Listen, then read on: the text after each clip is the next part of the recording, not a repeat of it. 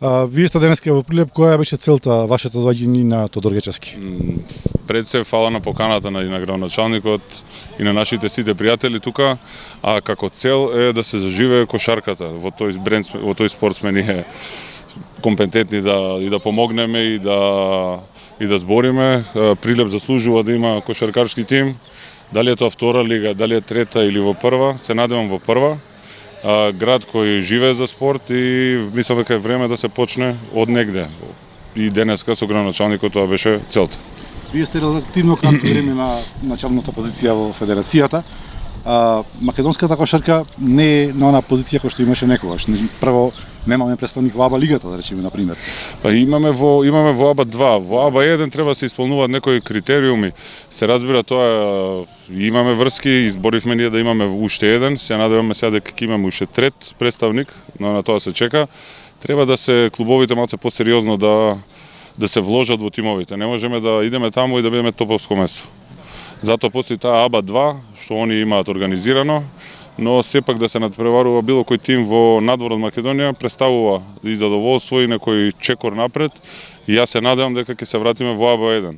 Али исто имаме и позив од FIBA Champions League кој го добива тимовите и они треба да одлучат, но треба да се инвестира. Што е тоа што во моментов не достига на македонската кошарка да биде барем во рангот на соседите? Може би не Србија, малку. Мислам дека на сите тимови им недостигаат финансии. Поради тоа што без финансии исто не може.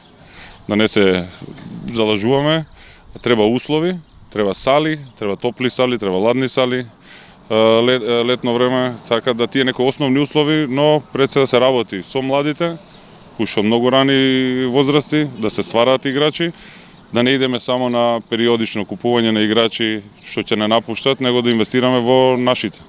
А кој е вашиот став по однос на странците во македонската кошарка? Тоа го смаливме. Дури имавме состанок со Унијата на играчи и со претседателите од клубовите, на кои јас како претседател дадов идеја, јас да не зборам, него они да се договорат. Поради тоа што тие две страни се тие што треба да го договорат конечниот. Јас можам на крај да кажам што е како е, но сакам сите заедно да одлучуваме.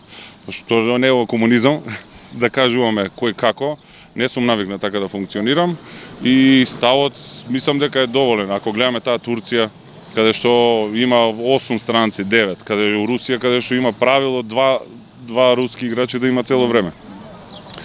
Постепено треба да ги согледуваме нашите можности и по тоа да се ориентираме што како понатака. Но сепак секогаш сум бил за македонските играчи да имаат најголема минутажа. Поради тоа исто оваа репрезентација се повика 18 годишен, неполнолетен скоро на Тони Симич синот. Се надеваме и сите помали да идат, да почнат и да не бидат во состав, него да тренираат со нив. Друго е кој ќе те удри некој појак и да го осетат тоа. И на крајот дојдовме до тоа, да речем, можеби најважното и најболното прашање, македонската репрезентација. За колку период според вас, кој временски период можеме да ги вратиме на оние позиции кога бевме значаен фактор на Искрено не можем тоа да кажам, не сум некој кој претпоставува, едноставно идеме по некоја програма, работиме и даваме целосна поддршка на младите играчи да почнат да не бидат таленти на 25, на 27 години. Него уште од 16-17 години да се зазимаат некоја јака улога во тимот, во нивниот тим се борим исто, имаме состаноци со нивните тимови, во репрезентација да имаат, да се осетат не дека успеале дека се во составот на репрезентација, него да имаат рола на некој што ќе атакува, што ќе дава полно поени, што али се разбира во услуга на тимот, да се победи, зашто една е целта, да се победи и тимот, целиот тим е задоволен. Кога ќе имаме вториот репрезентативен македонски кошаркар во НБА лигата?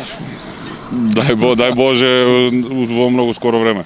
Со сите мои врски и конекции јас ќе пробам сите што може да не е тоа дека јас ќе кажам и имам таква сила, него да ги видат тренери. Сепак сме мала држава, треба некој да го створи тој контакт, така да имаме многу, пак ќе го кажам, на Џоле Војнови синот, Тео, на Врбица, има многу, Митревски, тука е Нено Димитриевич, само да ги служи здравје, тоа е најважното и да ќе имаат нашата поддршка.